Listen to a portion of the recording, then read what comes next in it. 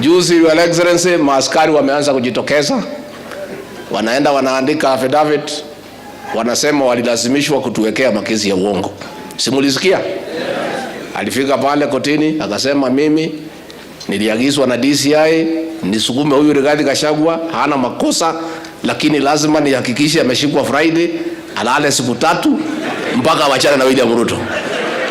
Akaambia huyu mtu tuliambiwa tumwekelee makesi karibu 10, tukatafuta tukamwekelea makesi 6, tumeondoa. Na hiyo ni mzuri na tunatoa shukrani, lakini kuondolea Rigathi Gachagua kesi haijatosha. Wale watu yote mliwekelea makesi, muende mtoe hiyo makesi, kwa sababu ni makosa kubwa sana kutafutia watu makosa kwa sababu ya msimamo wao wa kisiasa. Welcome to the bold analysis. This is the true position that the people of Kenya understand. When William Ruto succeeds, all of us are going to succeed.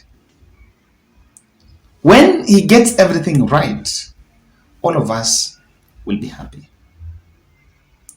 And so,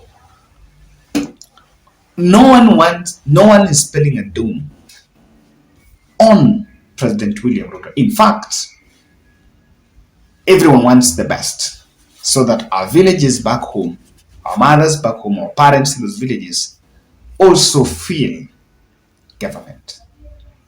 But on the contrary, we seems to be, when we ask these questions, some of us, of course, make character assassinations and vendetta on people doing this. But the truth of the matter here is that we must say what is wrong. And we offer alternative voices. It is disheartening for Deputy President of Republic of Kenya to go public in an event and make it clear that let's drop all corruption cases that were politically triggered. I want to tell President Ruto, it is politically convenient, and it was politically convenient at the campaign rally to sanitize the people and the politicians in Kenya Kwanza on the ground that they are politically being targeted, so that they will get their positions. It will also boost their profile and make voters coalesce around them to push sympathy. That was convenient until 8th August. Now, after 13th September, in Kasarani inauguration, President Ruto, you need to drop that line that everything corruption was politically triggered.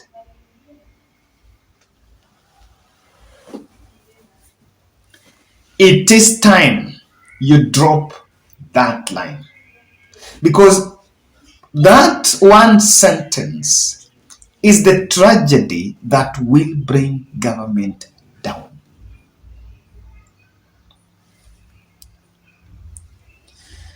You know, it all started on a good footage that yes, the people that were holding those offices were being manipulated by the power shakers, maybe to just tremble. And Rigathi Gachagua is saying, after the cases were dropped, who goes to public to say, okay, that, you know, police officers are coming out to say I was framed. Now, who is this Kenyan who is going to be convinced that those cases are not dropped because Deputy Rigathi Gachagua is the deputy president? It's in black and white. You don't need magical science to see that. Who is this Kenyan who is going to be convinced that, of course, the cases are dropped because they were politically instigated? Everyone, people who and the points of authority, and even speaking from privilege to have knowledge, knows very well that it's not very easy for these cases to continue because you're a deputy president. And while in your office you can have the privilege of this immunity, President Ruto, don't allow the immunity that is in the executive office to be shared and to be transferred to other offices and even county governors. Corruption is a tragedy. Corruption is a virus. It will be lethal than COVID-19. I was shocked in Garissa after a human resource audit that 12 drivers, 12 cars, someone employed, Exchequer had 100 drivers. And let me tell you, hey, where? Some counties, apart from those who are in the payroll system, there are some people that are being paid from an Excel sheet, ghost workers. So are we going to allow people to run with those murky issues? And when you try to take them to court, when you try to make an effort, someone tells you, politically instigated. And Rigathi Gachagua made this statement.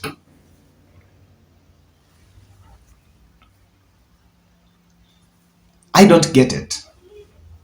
Maybe I have a problem with my ears, so I can't understand. But I don't get it. The cases are not going down because of what the police, someone was framed. No, the cases are going down because you're a deputy president and you can influence directly or indirectly. Or someone can even drop because he knows very well that if that case goes on, it won't get anywhere. So why are we allowing, in fact, the cases could just get, and the evidence, the lack of evidence ends there. Why are we sanitizing corruption in public?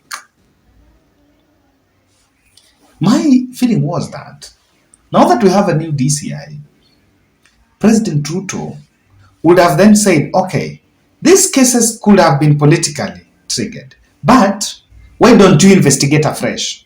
Now you have a new investigator who then will work on merit. So if you're dropping all these cases, so why does this new investigator start?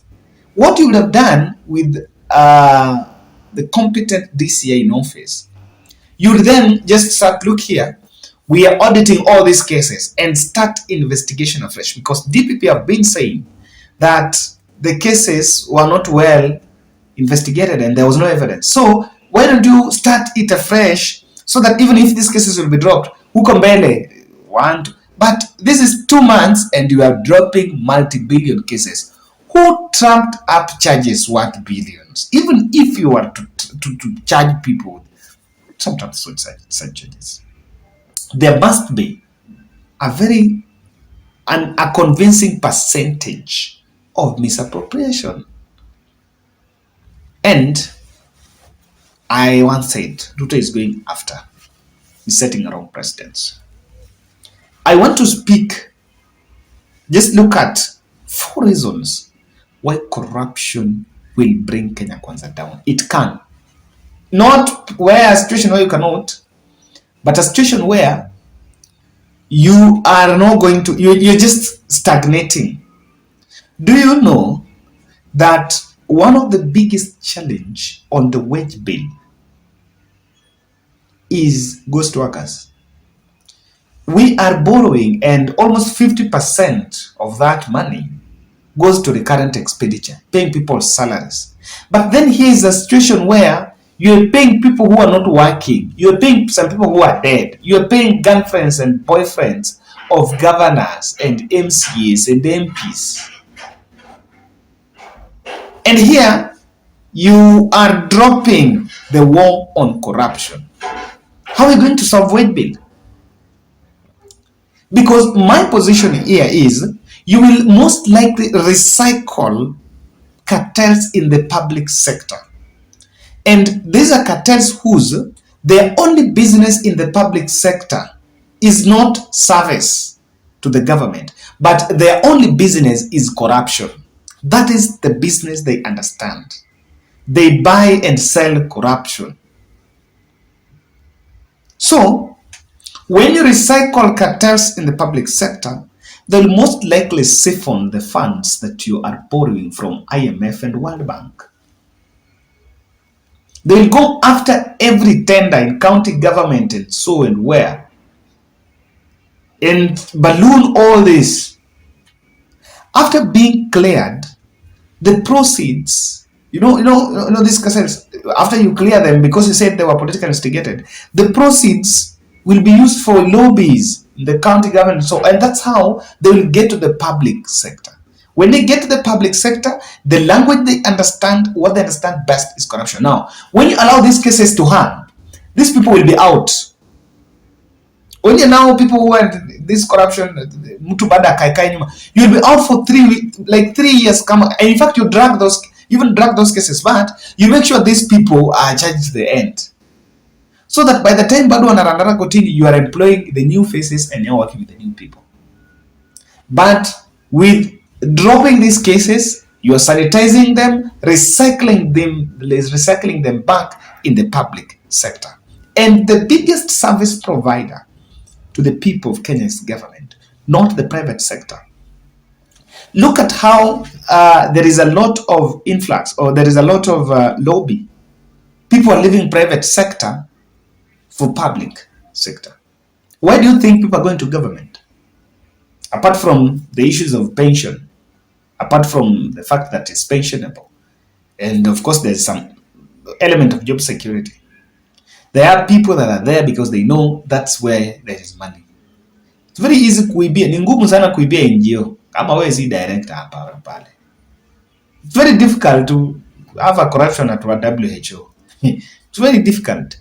But in a ministry, why? Tender, ballooned, not supplied, all that. So when we drop,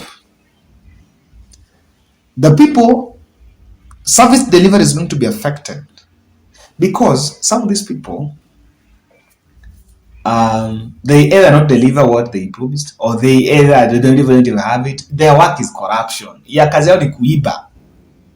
So when service delivery is not there, William Ruto's scorecard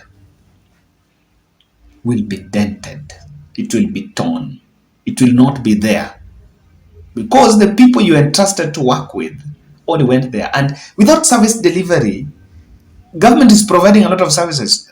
For example, medicine, KEMSA is supposed to supply to the hospitals. Look at Huduma Center, look at Chief, look at everywhere, look at education sector.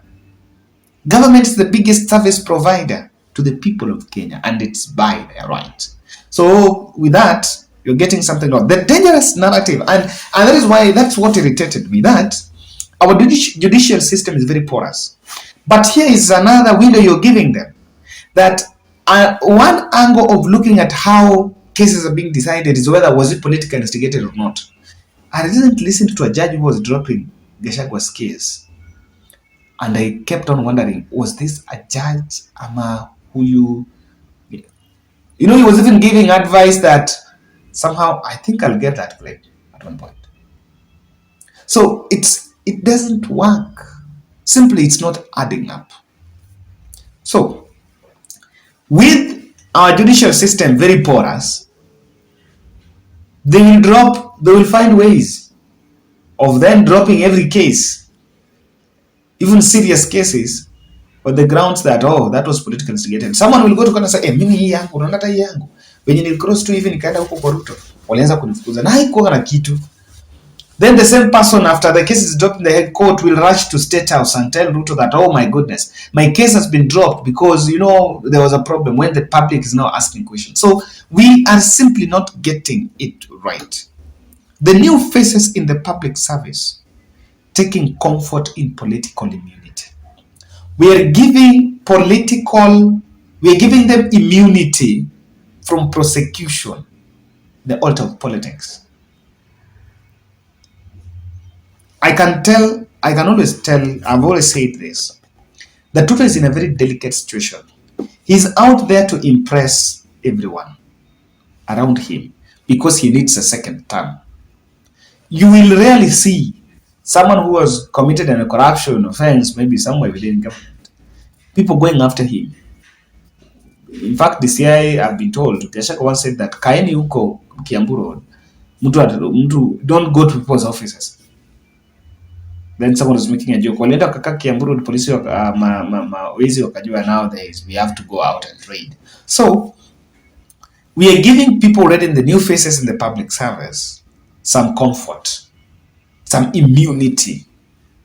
Because Ruto have said and Gachagua have said, never again shall we use the police or shall we use our judicial system to settle political scores. It's politically convenient to say it in a political rally.